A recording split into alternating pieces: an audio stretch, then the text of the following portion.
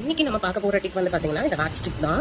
So இந்த wax ஸ்டிக்கை வச்சு என்ன பண்ணுறதுன்னு பார்த்தீங்கன்னா, நம்ம ஏரில் இருக்கிற பைட்ஸ் இருக்கிற அந்த ஏர் எல்லாம் இருக்கும் இல்லையா, பேபி ஹேர்ஸ் எல்லாம் ப்ளஸ் ஃப்ரிஸியாக இருக்கிற ஏர், ரொம்ப ட்ரையாக இருக்கிற ஏர், எக்ஸ்ட்ரீமாக கேர்லி ஆகிற ஏர் எல்லாம் நம்ம செட்டில்டாக கவர் பண்ணி நம்ம ஹேர் ஸ்டைல் பண்ணணும் அப்படின்னா உங்களுக்கு இந்த ஸ்டிக் வந்து ரொம்ப யூஸ்ஃபுல்லாக இருக்கும். இதை நீங்கள் கீழே புஷ் பண்ணிங்கன்னா ஸ்டிக்கு வந்து மேலே வந்துட்டு வரும் அதோட ரூல்ஸ். ஸோ ஸ்டிக்கை வச்சு நம்ம ஜஸ்ட் அப்ளை பண்ணிவிட்டு அதுக்கப்புறமா நீங்கள் ஃபோம் பண்ணிங்க அப்படின்னு சொன்னால் ஹேர் வந்து சூப்பராக ஃபினிஷ் ஆகும். ஸோ ஹேரில் வந்து அந்த மாய்ச்சரும் நல்லாவே கொடுத்துரும். ஸோ வேணுங்கிறவங்க ட்ரை பண்ணி பாருங்கள். இந்த பேபி ஹேர் எல்லாம் கவர் பண்ணி ஹேர் டூ பண்ணுறதுக்கு நமக்கு வந்து ரொம்ப யூஸ்ஃபுல்லாக இருக்கும் இந்த ப்ராடக்ட்ஸ். ப்ளஸ் இதில் நல்ல ஒரு மாய்ச்சருமே நம்ம ஹேர் கொடுக்கும். ஸோ வேணுங்கிறவங்க இதை வாங்கி ட்ரை பண்ணி பாருங்கள்.